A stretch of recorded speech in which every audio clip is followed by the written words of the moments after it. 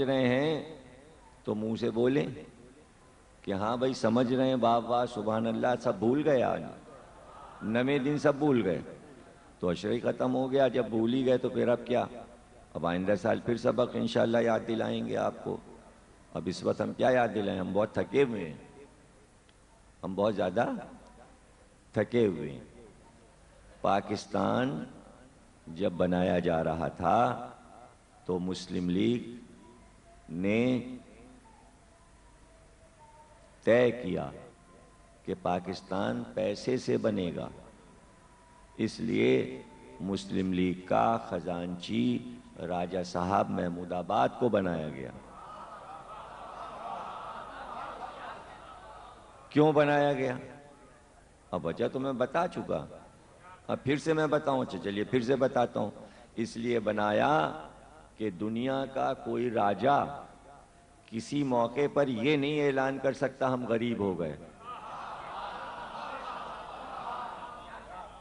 اب چاہے مسلم لیگ کو کوئی چندہ دے یا نہ چندہ دے، قائد اعظم کو آپ کو معلوم ہے قائد اعظم پاکستان کے لیے چندہ کیسے کرتے تھے؟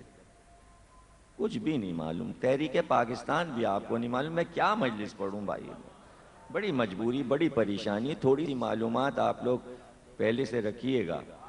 ہاں، ہماری مجلس سننے کے لیے پہلے سے ذرا ذہنی تیاری بہت ضروری ہوتی ہے۔ قائد اعظم کے پاس منی آرڈر آتے تھے، کتنے کے پتہ ہے آپ کو؟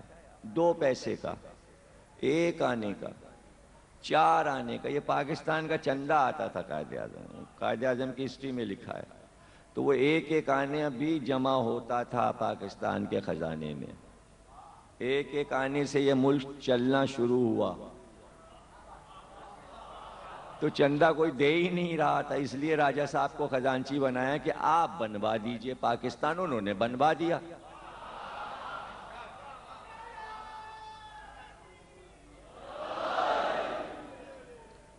انہوں نے بنوا دیا۔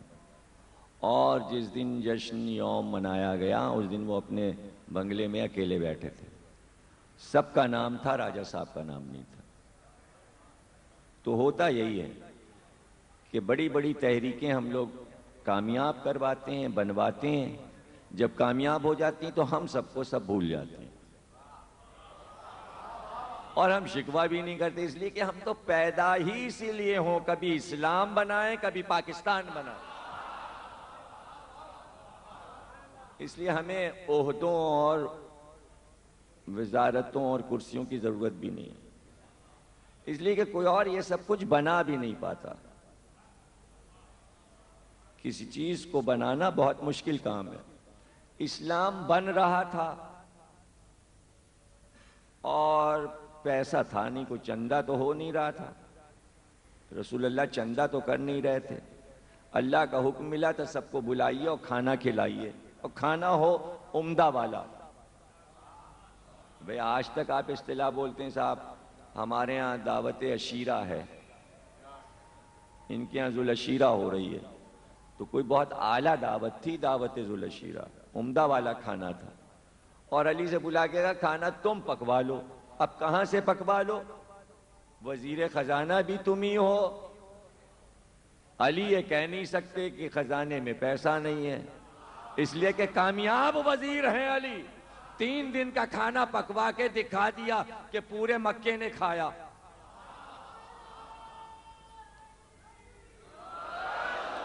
گویا مدد شروع کر دی، وعدہ کیا تو مدد شروع کر دی۔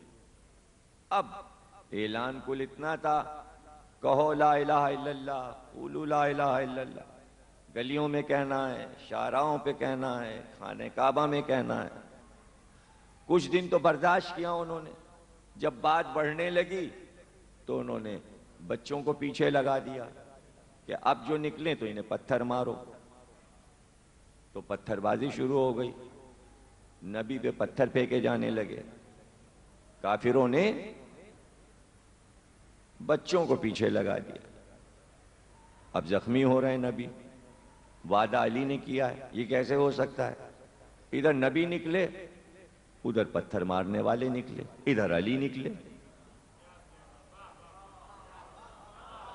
اچھا ایسی طرف سے آتے تھے کہ گلی میں جب سب داخل ہو گئے چاروں طرف کے بچے تو بیچ میں کہیں چوراہے پہ علی نے گھیر لیا. اب نہ ادھر سے جا سکتے نہ ادھر سے, اور سب آ گئے پکڑ میں, اور ایک ایک کر کے کسی کا ہاتھ توڑ دیا, کسی کی ٹانگ توڑ دی, اور اگر دو پکڑ میں آ گئے تو دونوں کے سر ٹکرا دیے. اب بلبلا رہے ہیں, چیخ رہے ہیں, اور علی مار رہے ہیں, گرا گرا کے مارتے تھے, پیچھے پیچھے نبی کے, پیچھے پیچھے نبی کے. اچھا چالاک اتنے تھے کافر کہ خود نہیں مارتے تھے, بچوں کو پیچھے لگایا تھا. کیوں لگایا تھا بچوں کو پیچھے؟ اس لیے کہ آج بھی بچوں کو مارنا جرم ہے, اور اس زمانے میں بھی جرم تھا. اگر کوئی بڑا بچے کو مارتا تو لڑائی چھڑ جاتی, ہمارے بچے کو کیوں مارا. وہ سمجھے تھے ابو طالب نکلیں گے بچانے, یہ پتہ نہیں تھا کہ ابو طالب نے تیار کر لیا تھا سپاہی.